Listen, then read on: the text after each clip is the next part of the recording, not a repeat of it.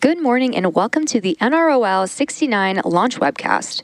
The Falcon 9 rocket carrying today's payload is currently awaiting liftoff from Space Launch Complex 40, or SLIC 40, at Cape Canaveral Space Force Station in Florida in just about 8 minutes from now. Hey everyone, my name is Soumya Srivastava and I am a structures engineer here at SpaceX. Today's mission carries a national security payload designed, built, and operated by the National Reconnaissance Office, or the NRO. This mission continues the NRO's cutting-edge capability of building and developing the U.S. government's largest satellite constellation in history to deliver critical information that can only be obtained from the vantage point of space.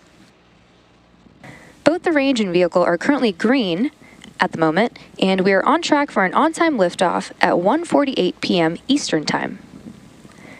As a note, we will not be showing any Stage 2 or payload deployment views at the request of our customer. But there's still a lot to cover, so for now, let's meet our Falcon 9 rocket. Hello everyone, my name is Tyler Lionquist and I'm an analyst for Starlink. Today is the anniversary of SpaceX's first launch ever, Falcon 1 Flight 1, which lifted off from Amalek Island on March 24th, 2006. Though it didn't complete its mission, SpaceX has come a long way since then. Engine chill has started. Falcon 1 made its final flight in 2009 before it was retired. But it paved the way for our trusty Falcon 9 rocket, which has supported 448 launches to date. Falcon 9 is a two-stage rocket developed and manufactured by SpaceX, known for its safe, reliable, and cost-effective access to space. It is also the first, and currently the only, orbital-class rocket capable of reflight. In fact, this will be the second flight of the first-stage booster supporting today's mission. Together, Falcon 9 and Falcon Heavy have completed more than 450 launches and over 380 reflights. And today, the booster will be attempting to land back on land at Landing Zone 1 at Cape Canaveral Space Force Station. Stage 1 RP-1 load is complete. Rapid reusability drastically reduces launch costs, helps increase launch frequency, and enables a wide array of new government, commercial, and scientific opportunities in space. Lowering the cost of access to space is helping take humanity's next steps into the solar system, whether in LEO, GEO, interplanetary, or even deep space. When costs are lower, government and commercial customers can launch more missions, which helps accelerate development. This also helps commercial satellite and private research customers afford to launch more projects to space, which helps stimulate innovation here on Earth. And missions like SpaceX's transporter and bandwagon rideshare programs help make access to space even more affordable by sharing the cost of a single launch across many customers. All of this is to say, reusability is the key innovation that is making space more accessible for the industry as a whole. Back to today's mission, weather is still a watch item, but we'll let you know if there's any updates.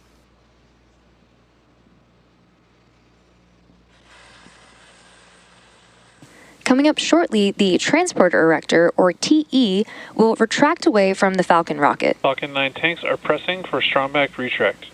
The TE is the large truss structure you see there next to the vehicle. So first, the clamps will open up, which should be in about 25 seconds from now. And then after that, that will make way for the retraction of the strongback. You may hear the TE referred to as a strongback from the launch team, and it does a lot of heavy lifting in the lead up to launch. It's designed to transport, raise, Strongback retract has started. And support Falcon 9 at the launch pad.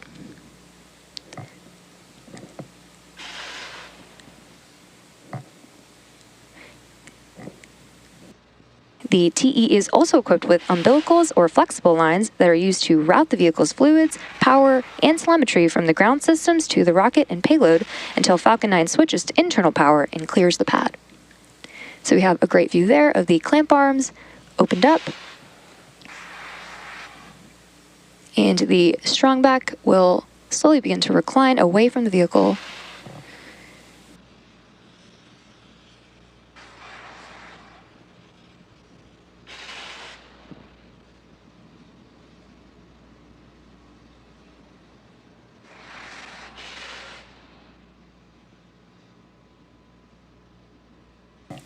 Now, at this point in the countdown... On countdown 1, this is LD, pulling MD for a status check. Now, at this MD point in the go for countdown... launch? Both the Copy. first and second stages are nearly fully loaded with 1 million pounds of rocket-grade kerosene fuel and liquid oxygen. Both the first and second stages should finish propellant loading about a minute apart from each other, with the first stage finishing up at the T-minus 3-minute mark and the second stage finishing at around the T-minus 2-minute mark. With the first, as you may have noticed, there are white clouds forming around the vehicle, and those clouds are comprised of the chilled gas above the LOX tank that is vented overboard to maintain pressure in the tank as needed. And when that vented oxygen mixes with the warmer outside air, it condenses into clouds. At T-minus 60 seconds, Falcon 9 will be in startup, and this means that the rocket's autonomous internal flight computers will have taken over the launch countdown. After that, just inside of T-minus 2 seconds, we will light the 9 M1D engines for liftoff. Just heard confirmation of LOX load completion on the first stage. The payload continues to be healthy, and the Falcon 9 team is tracking no issues on the rocket. Weather is still looking green, and the range is ready to support our T0 of 1:48 p.m. Eastern Time. And with that, we are proceeding into the last few minutes of terminal count. So for our next major milestone, we are waiting for the call-out of second stage LOX loading completion. Stage 2 LOX load is complete. Great call-out, there it is. So the first and second stages are now fully loaded with over 1 million pounds of rocket-grade kerosene, fuel, and liquid oxygen.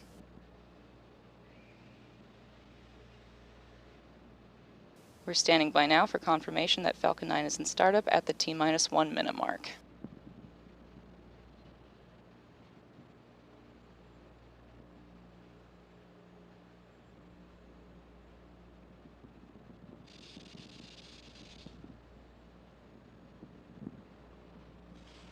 Ground gas closeouts.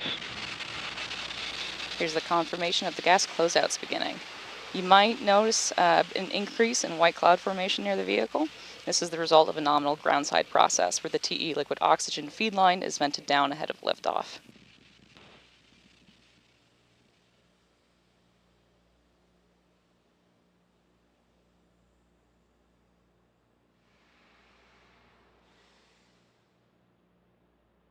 Falcon 9 is in startup.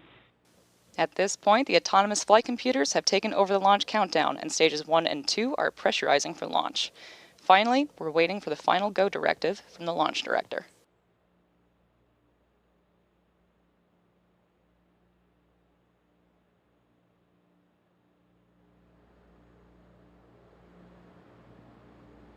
MD is go for launch. At T-minus 32 seconds, all systems are go. 30 seconds.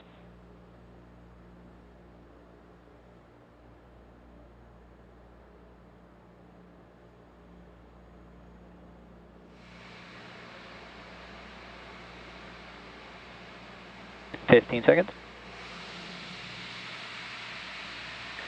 T-minus 10, 9, 8, 7, 6, 5, 4, 3, 2, 1. Missions, engine full power. Go NROL-69, go Falcon, go SpaceX.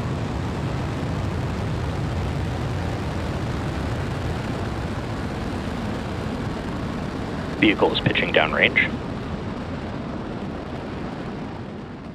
Stage 1 propulsion is nominal.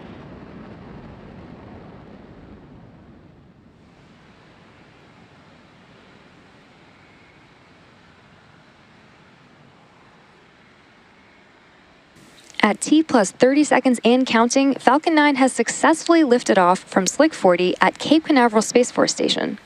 Coming up next, the vehicle will be passing through max Q, which is the point in the mission profile where the vehicle experiences the Falcon 9 power and telemetry are nominal. The greatest amount of aerodynamic pressure.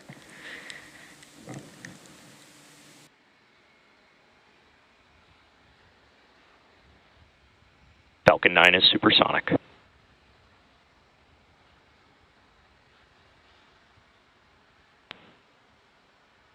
Max Q.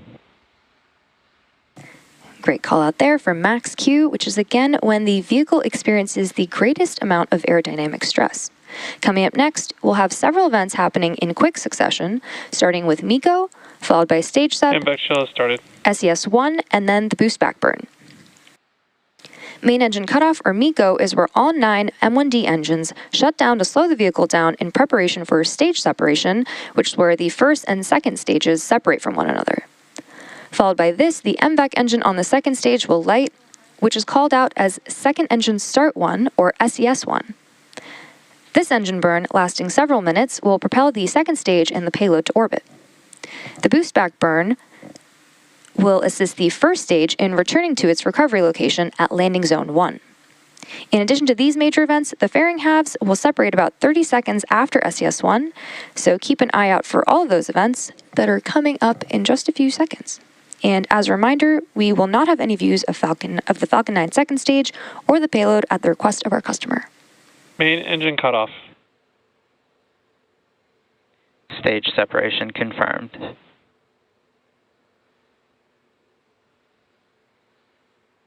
MVAC ignition. Stage 1 boost back startup. And a good series of back-to-back callouts there and views, which again were MECO, stage separation, SES1, and the boost back burn. Coming up shortly, we should hear a callout for fairing separation, but again, as a reminder, we will not be showing it on screen.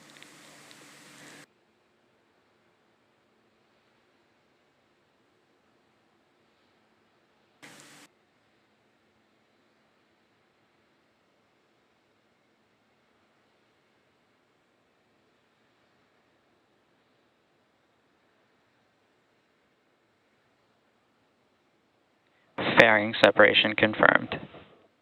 Good call out there, confirming fairing separation. We will be attempting to retrieve these fairing halves once they fall back to Earth with our recovery vessel, Doug.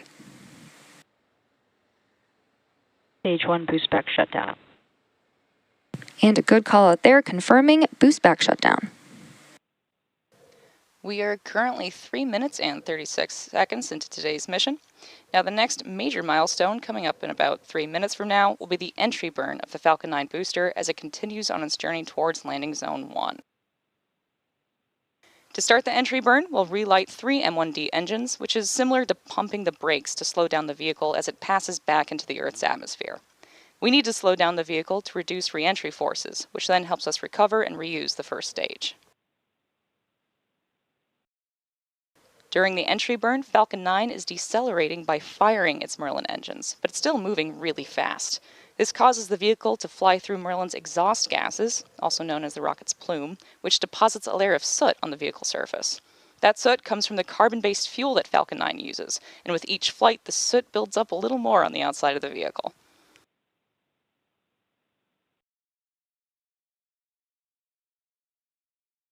Both vehicles are on nominal trajectories.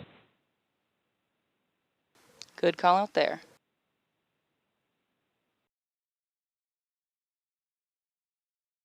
Reusability is the key to lowering the cost of spaceflight, which enables more investments in critical space infrastructure.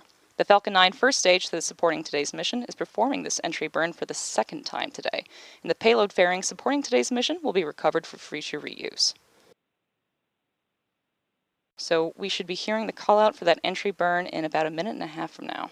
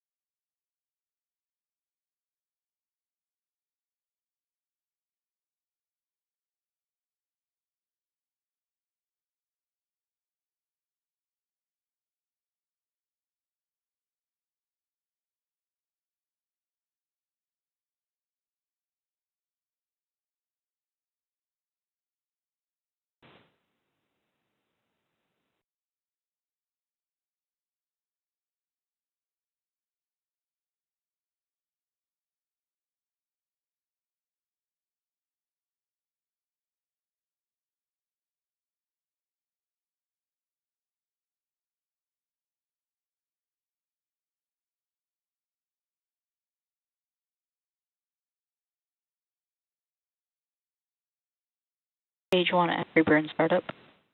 Good call out there for the entry burn startup. This burn is set to last about 20 seconds, and again is slowing down the vehicle in preparation for its final burn and landing.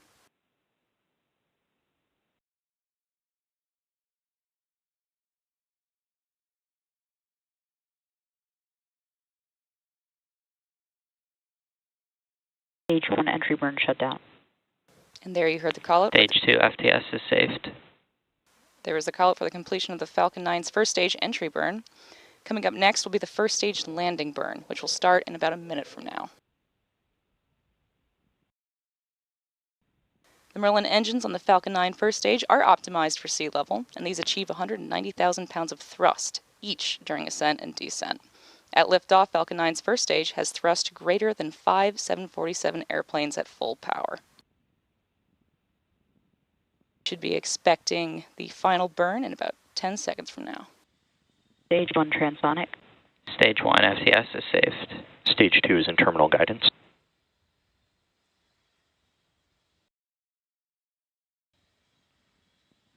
Stage 1 landing burn. We are now waiting for Falcon 9 to land at landing zone 1.